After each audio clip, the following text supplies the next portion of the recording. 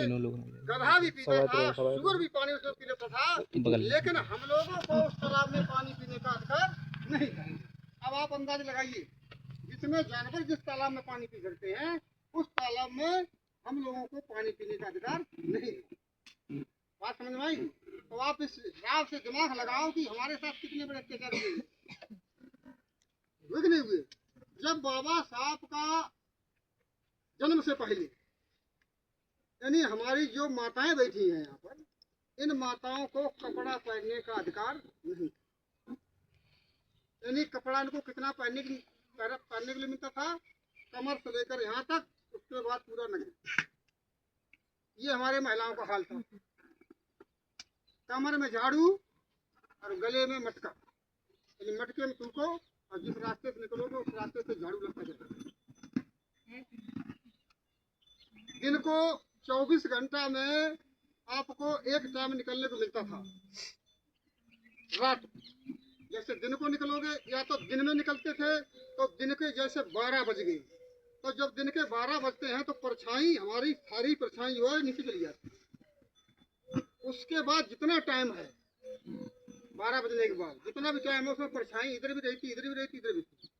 तो हमारे जो उच्च कोटि के आदमी होते थे, जैसे पंडित हैं, ठाकुर हैं, बनिया, इनको अगर हमारी परछाई पड़ जाती थी, तो परछाई अगर जो पड़ गई तो एक पानी से गंगा जल से नहाते थे।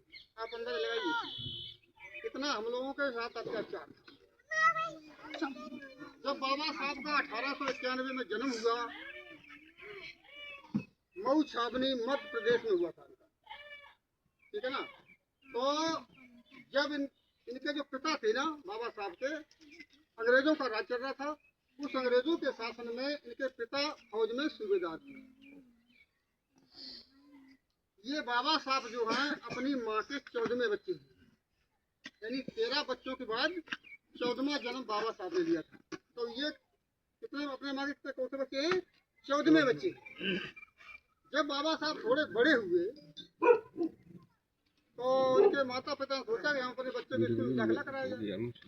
तो इनके पिताजी जब स्कूल में बच्चे को लेकर गए बाबा साहब को, तो उस स्कूल में एडमिशन के लिए तो उसने पूछा, भाई मास्टर तुम्हारी जाति क्या है? तो उन्होंने बोला, भाई हम तो महार हैं। महार जाति क्या है? बोला आप तो दलित हैं, आप बढ़ो पीछे। नहीं एडमिशन किया उनका बाबा साहब। फिर बाबा साहब अपने जो फौज के सूबेदार थे अंग्रेज, उनके पास पहुंचे, अधिकारी के पास। बोला ऐसे ऐसे हमारे बेटे का एडमिशन नहीं हो रहा। तो वहाँ से मतलब फिर अधिकारी लोग आए, फिर उनको बताया, फिर उसने एडमिशन किया। लेकिन उस मास्टर ने ये बोला अधिकारी को, बाबा साहब के पिता को, कि एडमिशन तो हम कर लेंगे, लेकिन हमारी शर्तें हैं 4। बोला क्या शर्तें? बोला एक तो लड़का पानी, बाबा साहब पानी अपने घर से लेकर आएंगे, बिछौना अपना खुद पर लिया लेकर आएंगे, खाना अपना साथ लेके आएंगे, और जब बच्चों की सबकी छुट्टी होगी, तो जब सब बच्चे चले जाएंगे स्कूल से, उसके बाद ये जाएंगे। समझो पहले बात। इनका स्कूल में बैठने का स्थान कहाँ था? जैसे सभी बच्चे स्कूल में जो जूते बाहर नहीं खोल देते, तो वहाँ बैठते स्कूल के बाहर, अंदर बैठने को अधिकार नहीं। कितना बड़ा कष्ट हुआ, संकट हुआ। आज के टाइम अगर ऐसा हो जाए तो आप क्या करोगे? गोली चलिए ना, गोली चलिए, मटर हुई है। तो बाबा साहब ने बहुत कष्ट लिए, तब इनका एडमिशन हुआ।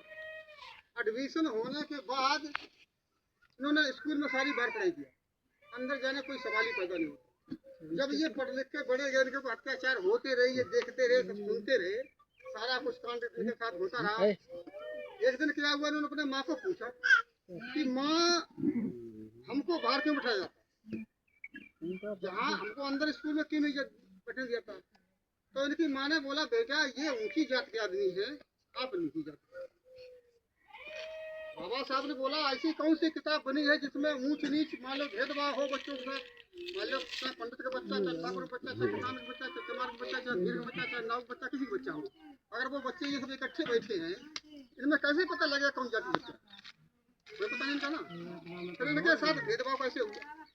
तो बाबा साहब ने उस टाइम एक बात बोली थी कि माँ जिस दिन मैं पढ़ लिख के तैयार हो जाऊंगा ना, तो मैं एक ऐसा इतिहास लिखूंगा जिसमें कोई जाति कोई भेदभाव नहीं होगा, सभी एक साथ बैठेंगे, एक साथ पढ़ेंगे,